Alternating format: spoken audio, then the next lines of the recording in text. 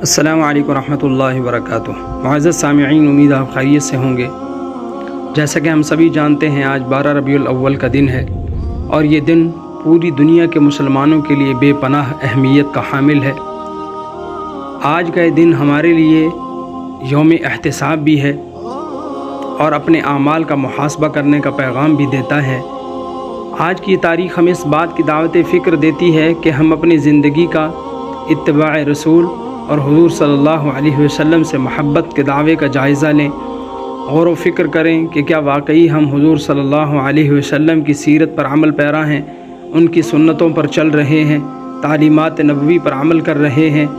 کیا حضور صلی اللہ علیہ وسلم نے جس راستے پر ہمیں گامزن کیا تھا، کیا ہم اسی پر برقرار ہیں؟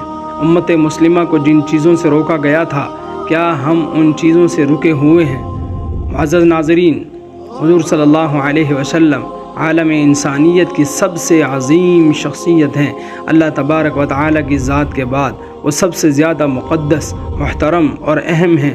دنیا کے نامور اور انصاف پرور مورخین نے بھی انہیں سب سے عظیم انسان قرار دیا۔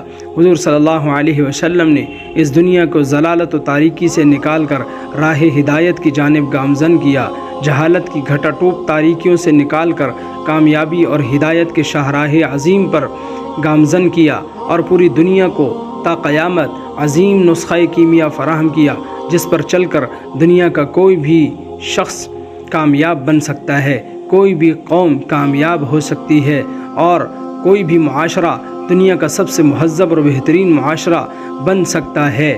لیکن المیہ یہ ہے کہ آج امت مسلمہ اپنے نبی صلی اللہ علیہ وسلم کے فرامین کو، ان کی سنتوں کو، ان کے احکامات کو، ان کی تعلیمات کو فراموش کر چکی ہے، اسوہ رسول صلی اللہ علیہ وسلم کو اپنی زندگی سے نکال چکی ہے، معاملات اور اخلاقیات کے باب میں تعلیمات نبوی صلی اللہ علیہ وسلم سے کوسوں دور ہو چکی ہے، اپنی تہذیب و ثقافت کو چھوڑ کر غیروں کی ثقافت کو اپنانے لگی ہے۔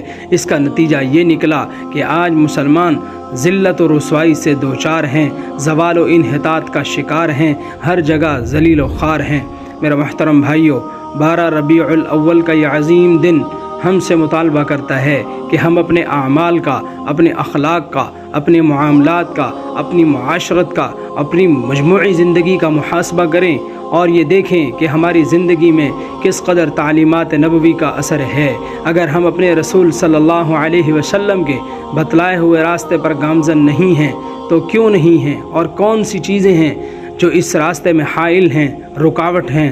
تو میرے محترم بھائیوں، ہم پر لازم ہے کہ ہم رسول اللہ صلی اللہ علیہ وسلم کی صورت کو بھی اپنائیں، ان کی سیرت کو بھی اپنائیں، اور ربیع الاول کا پیغام یہی ہے کہ ہم حضور صلی اللہ علیہ وسلم کی صورت اور سیرت کو صرف منائیں نہیں بلکہ اپنائیں، اس لیے کہ شخصیت تب سنورتی ہے جب سیرت و صورت کو اپنایا جائے، نہ کہ صرف منایا جائے۔ معاشرہ تب تبدیل ہوتا ہے، انقلاب تب آتا ہے، شخصیات تب سنورتی اور نکھرتی ہیں جب سیرت اور صورت رسول صلی اللہ علیہ وسلم کو اپنایا جائے۔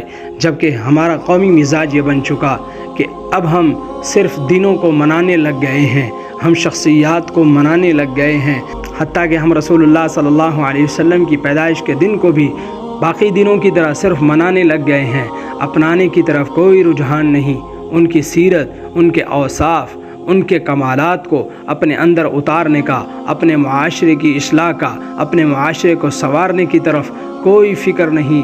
یہی وجہ ہے سال ہر سال گزر گئے، شب و روز گزر گئے، لیکن ہماری اصلاح نہ ہو سکی، ہمارے دل نہ بدل سکے، ایمان پیدا نہ ہو سکا۔ اس کی وجہ یہی ہے کہ ہم سیرت اور صورت کو اپناتے نہیں، صرف مناتے ہیں۔ تو اس لیے منانے سے بڑھ کر، منانے سے آگے نکل کر، چند قدم آگے بڑھ کے ہمیں اس سیرت رسول اور صورت رسول صلی اللہ علیہ وسلم کو اپنانے کی ضرورت ہے، تبھی ہمارے معاشرے کی فلاح اور صلاح ممکن ہے۔ اللہ سے دعا ہے اللہ تعالی ہمیں نبی کریم صلی اللہ علیہ وسلم کی سیرت اور صورت کو منانے کے ساتھ ساتھ اپنانے کی بھی توفیق نصیب فرمائے۔ السلام علیکم ورحمۃ اللہ وبرکاتہ۔